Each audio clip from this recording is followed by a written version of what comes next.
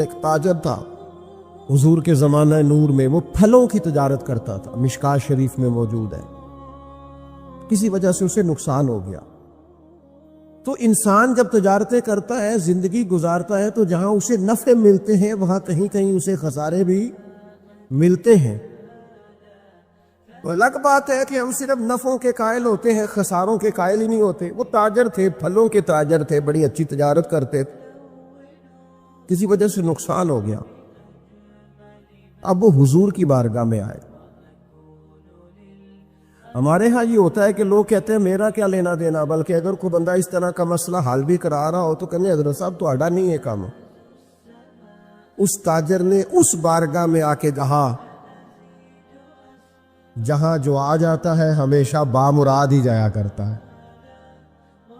یا رسول اللہ صلی اللہ تعالی علیہ وسلم، میں پریشان ہو گیا ہوں۔ اور پہلے جب آدمی مالدار ہوتا ہے تو دائیں بائیں رش بھی ہوتا ہے، اور جب اس طرح کے حالات ہو جائیں تو وہ جو بڑے قریبی ہوتے ہیں وہ بھی کئی دفعہ ساتھ چھوڑ جاتے ہیں۔ ساری عمر ہی آٹا گد ہے، لکھاں کیتے پیڑے، اب وقت آیا ہی تے محمد بخشا کوئی نہیں ہو بیٹھا نیڑے۔ لوگ نکل جاتے ہیں، کمزور پڑ گیا بندہ بیچارہ۔ حضور کی بارگاہ میں عرض گزار ہوا، یا رسول اللہ تکلیف میں ہوں، تاجر تھا، پھلوں کی تجارت کرتا تھا اور مشکات میں موجود۔ نبی پاک علیہ السلام نے دعا بھی فرمائی، کرم نوازی بھی فرمائی، رحمت بھی فرمائی، عطائیں بھی فرمائی۔ لیکن حضور نے نا صحابہ سے فرمایا سارے مل کے اپنے بھائی کی مدد کرو۔ تھوڑے پیسے کسی نے دیے، تھوڑے کسی نے دیے، تھوڑے کسی نے دیے، مل کے۔ اور ایسے لوگوں سے جو لوگ بڑے اس کام کے لیے ہر وقت ذہنی طور پر تیار رہتے تھے، ان لوگوں سے کہا اس کے ساتھ چلو۔ لیکن اس کا قرضہ ابھی بھی جتنا چڑھ گیا تھا اتنے پیسے جمع نہیں ہوئے تھے۔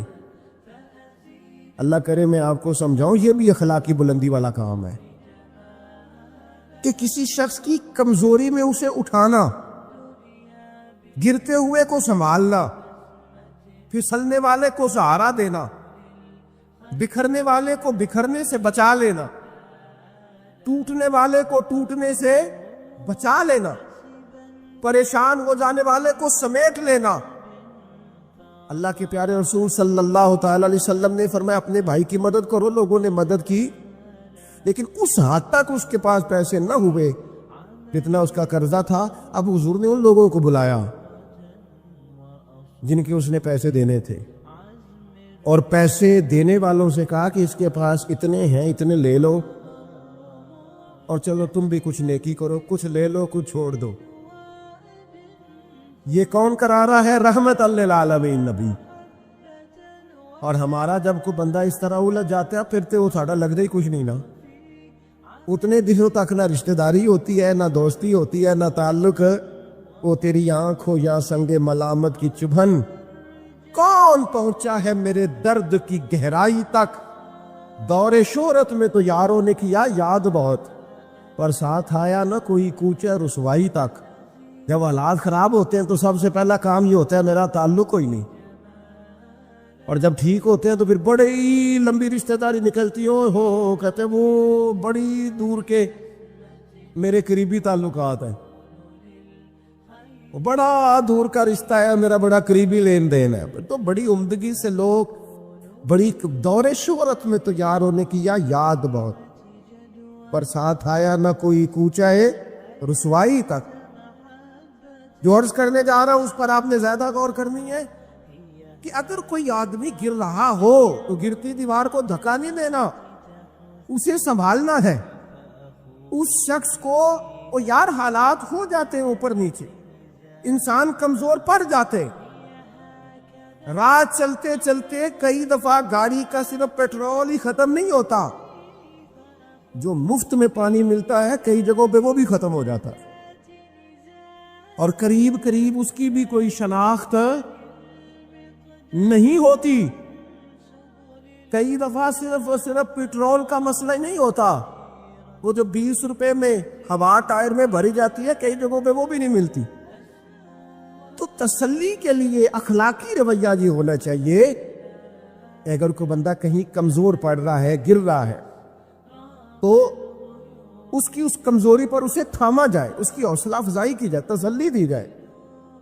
لیکن ہمارا یہ ماحول نہیں ہوتا. میں اکثر کہتا ہوں دوستوں سے کہ جو آدمی اپنے گھر کی تیسری منزل شروع کرتا ہے نا، تیسرا لینٹر ڈالتا ہے، اسے سارے جاگلے پہیا کو کم ہو جاتے دسی بھائی ہونے کیوں دسنا ہے، مالدار آدمی اور تیسرا لینٹر ڈال رہا ہے. لیکن وہ بیچارہ غریب آدمی جو بالے ڈال رہا ہے اور لکڑی کی چھت ڈال رہا ہے، وہ اگر کسی سے جا کے کہتا ہے نا تھوڑی امداد کرا دے میرا کام رک گیا، تو کہتے ہیں آپ نے پہلے بتانا تھا. اب تو نہیں نا، مطلب وہ تو بڑی پرانی بات تھی، وہ تو میں نے بانٹ دیا، رمضان میں بڑا کر دیا، فلانی جگہ بڑا. یہ لہجہ درست، یہ اخلاقی رویہ نہیں.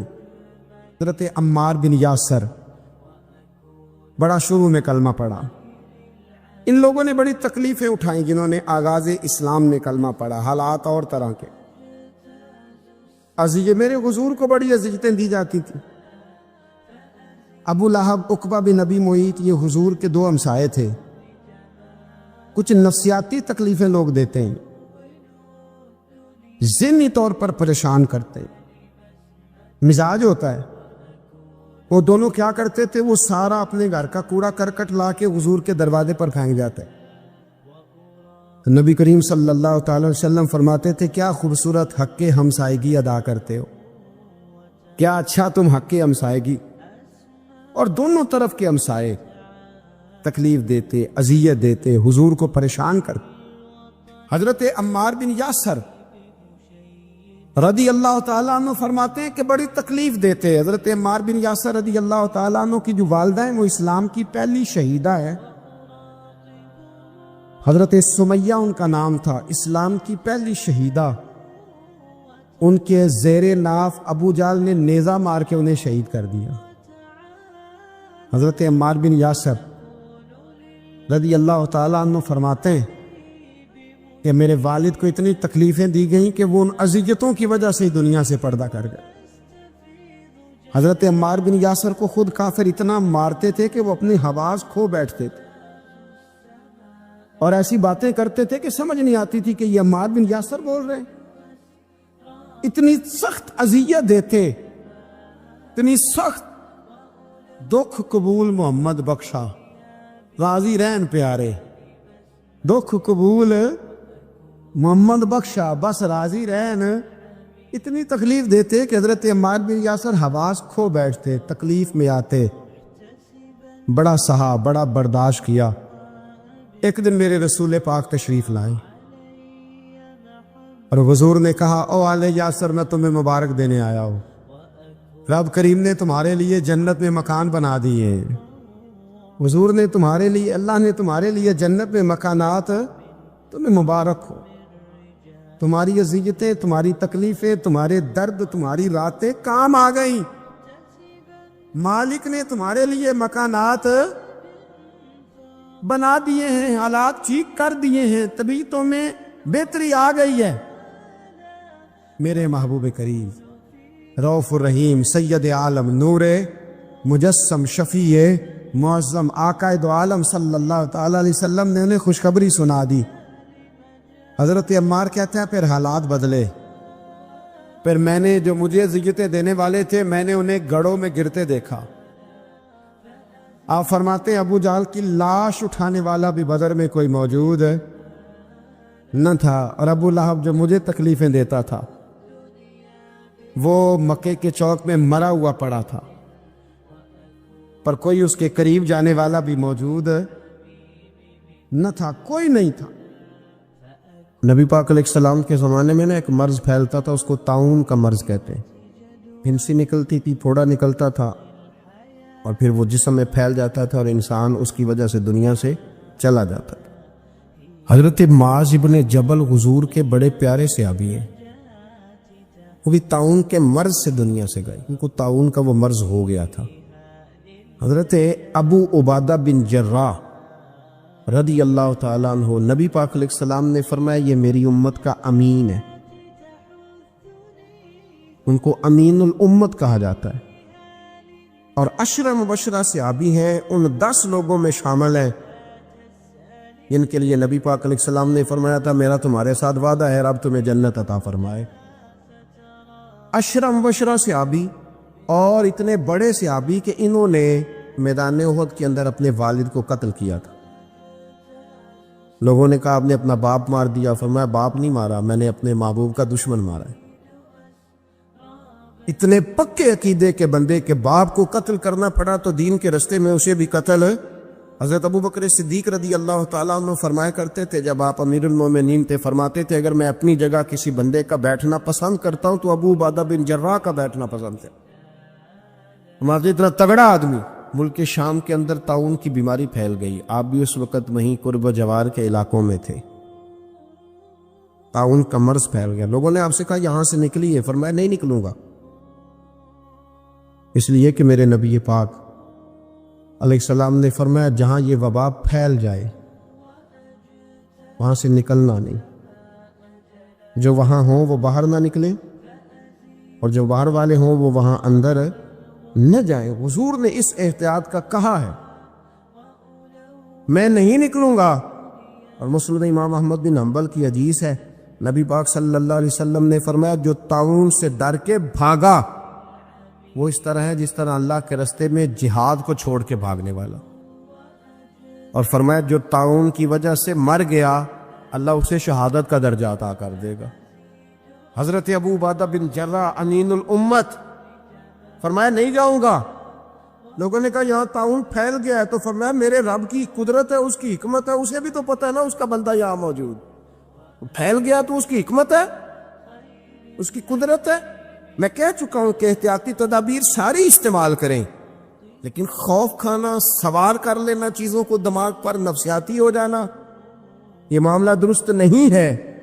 حضرت ابو عبیدہ بن جراح مسجد میں نماز کے لیے جا رہے تھے تو رستے میں پھنسی نکلی اور مسجد میں پہنچنے سے پہلے وصال کر گئے۔ حضرت معاذ بن جبل جو بعد میں خود طاعون کی بیماری سے تشریف لے گئے، آپ نے ان کا جنازہ پڑھایا۔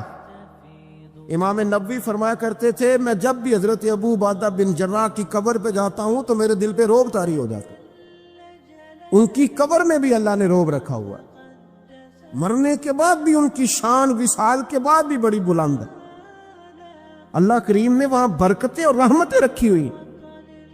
میرے عزیز تھوڑا سا باہر آئیں، اپنے عقائد کو، نظریات کو ان کو پختہ کریں، ہم مسلمان ہیں الحمدللہ۔ کچھ لوگ ہیں جو کہتے ہیں کہ احتیاط کا معنی یہ ہے کہ بس احتیاط ہی سے سارا کچھ بنے گا، کچھ لوگ ایسے ہیں وہ کہتے ہیں احتیاط کیا ہوتی ہے، چھوڑیں اللہ نے کرنا جو کرنا ہے۔ یہ دونوں باتیں افراط و تفریط ہیں، اچھی طرح سمجھ لیں۔ نبی پاک صلی اللہ علیہ وسلم نے اسباب اختیار کرنے کا حکم دیا ہے پر اسباب پر بھروسہ کرنے سے منع فرمایا۔ آپ بیمار ہیں تو دوا کھائیں، یہ حکم ہے، لیکن یہ نہ کہیں کہ مجھے دعا نے شفا دی ہے، یہ کہیں شفا اللہ نے عطا فرمائی ہے۔ اسباب کو اختیار کریں گے آپ، احتیاطی تدابیر پر آپ عمل کریں گے، لیکن آپ کو احتیاطی تدابیر نہیں بچائیں گی، بچائے گا اللہ، اللہ کی رحمت بچائے گی، بچانے والا اللہ ہے۔ یہ عقیدہ راسخ کریں، راسخ، خوف سے نکلیں۔ میں محسوس کر رہا ہوں کہ خوف ایک چھا گیا ہے۔ نبی پاک صلی اللہ علیہ وسلم کی بارگاہ عالی مرتبت میں ایک صحابی نے عرض کی یا رسول اللہ صلی اللہ علیہ وسلم میں نے نا مسجد نبوی شریف میں نماز ادا کرنی ہے تو میرا اونٹ میرے ساتھ ہے، تو میں کیا اسے کھلا چھوڑ کے اللہ کے بھروسے پہ نماز پڑھ لوں؟ کھلا چھوڑ دیتا ہوں، کسی کے ساتھ باندھتا نہیں، کسی جگہ اس کی رسی کو میں باندھتا نہیں، کھلا چھوڑ کے اللہ کے بھروسے پہ نماز پڑھ لوں؟ نبی پاک صلی اللہ علیہ وسلم نے جو بات ارشاد فرمائی وہ بس سمجھ لیں آپ، تو بہت ساری باتیں ویسے ہی واضح ہو جائیں گی۔ حضور نے فرمایا اونٹ کو باندھو، پہلے اونٹ کو باندھو، کسی میخ کے ساتھ، کسی قلعے کے ساتھ، کسی جگہ اسے باندھو۔ فرمایا جب باندھ لو نا اب بھروسہ اللہ پہ کرو، بھروسہ اس قلعے پر، اس میخ پر، اس درخت کے ساتھ نہیں جس پر تم نے باندھا ہے، باندھا اس کے ساتھ اور بھروسہ اللہ۔ اس کو سمجھ لیں۔ نبی پاک صلی اللہ علیہ وسلم کو اللہ نے بڑے کمالات دیے، کچھ لوگ ایسے تھے جو سارے کمالات دیکھ کر بھی مطمئن نہیں ہوئے، نہیں کلمہ پڑھا انہوں نے، یہ ایک فکری پہلو ہے، اس پر ضرور غور فرمائیں۔ جب جنگ ہوتی ہے ذاتی مفادات کی، اور جب انسان کو یہ غلط فہمی سما جاتی ہے کہ مجھے بھی کچھ پتہ ہے، مجھے بھی کچھ آتا ہے، اور جب اس کا یہ ذہن بن جاتا ہے کہ میں نے ہر چیز کو پہلے اپنی چھوٹی سی عقل کے دائرے میں رکھ کے اچھی طرح سے پرکھنا ہے، اگر میری عقل پر چیز پوری آئے گی تو قبول کروں گا، ورنہ قبول نہیں کروں گا۔ پھر لوگ نہیں مانتے، بڑے بڑے کمالات تھے، بڑا کچھ تھا، اور جنہوں نے نہیں نہ مانا انہوں نے زیادہ کمالات دیکھے، انہوں نے نہیں مانا۔ ابو جہل کتنی دفعہ معجزہ طلب کرنے آیا،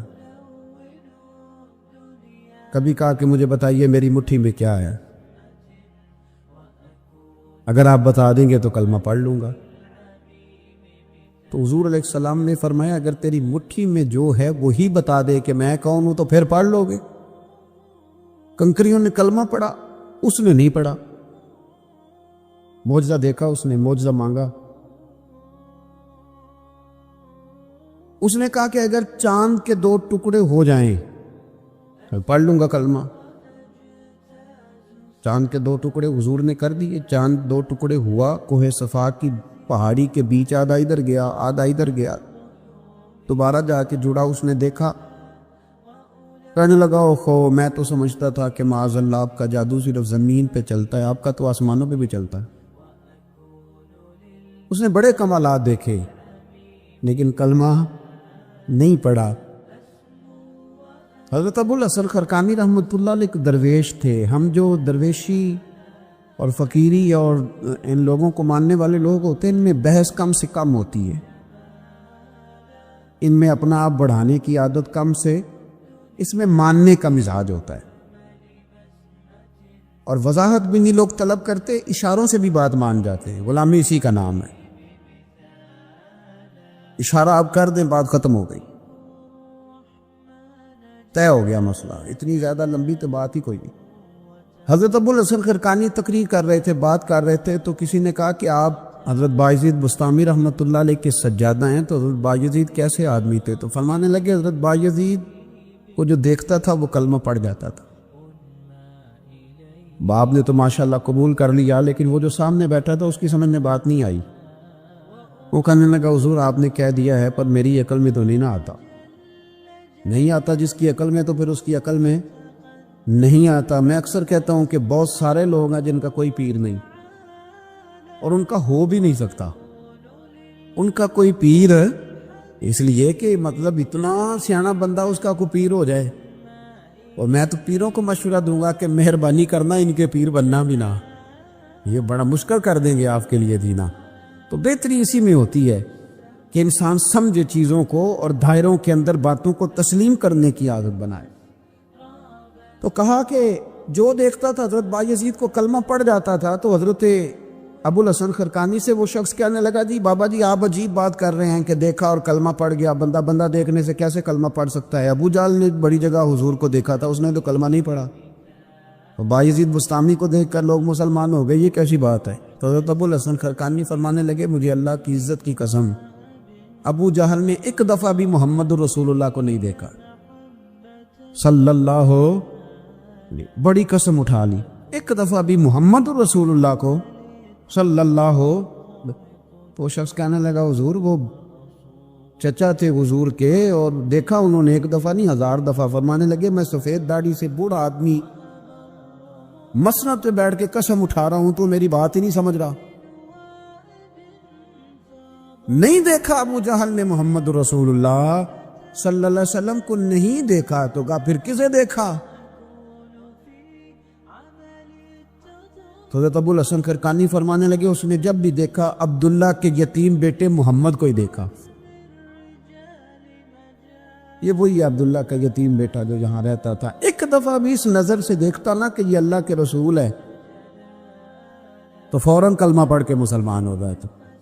جب بھی لوگ دیکھتے ہیں وہ اینک کی بڑی شاندار لگائی ہوئی ہے جس کے اندر سے کوئی آدمی بھلا نظر ہی نہیں آتا، تو ان کو پھر بھلائی نصیب نہیں ہوتی. ایک نظر سے بھی اگر انسان دیکھتا ہے کہ جس سے اسے بھلائی چاہیے تو پھر اللہ اسے توفیق ہدایت عطا کر دیتا ہے. حضرت ابو بکر صدیق کا کمال یہ ہے کہ میرے نبی کریم علیہ السلام نے نا ان کی شان ایک الگ انداز میں بیان فرمائی, الگ انداز میں. محبوب فرمانے لگے میں نے جس کے سامنے بھی دین پیش کیا اس نے دلیل مانگی. ایک بات آپ کو بتاؤں, یہ میری بات یاد رکھنا, اس کو کبھی نہ بولانا. جو اپنوں سے دلیل مانگتا ہے نا وہ اپنا ہوتا ہی نہیں. اپنوں سے دلیل مانگ لی اس نے بغیر دلیل کے, بغیر حیل و حجت کے. یہ ایک بات ہے, میں اس کو سمجھاؤں گا نہیں, نہ کھولوں گا, بس کہہ کے گزر جاؤں گا. اس کو سمجھ لیں اگر آپ کی سمجھ میں آئے تو. جس نے اپنوں سے دلیل مانگی نا, جس نے وضاحت مانگی, جس نے ثبوت مانگا, وہ اپنا تھا ہی نہیں. وہ کیا ضرورت پڑی تھی کہ وہ دلیل مانگتا, وضاحت پوچھتا. حضرت نجم الدین کبریٰ رحمۃ اللہ علیہ کے مرید تھے حضرت امام فخر الدین رازی.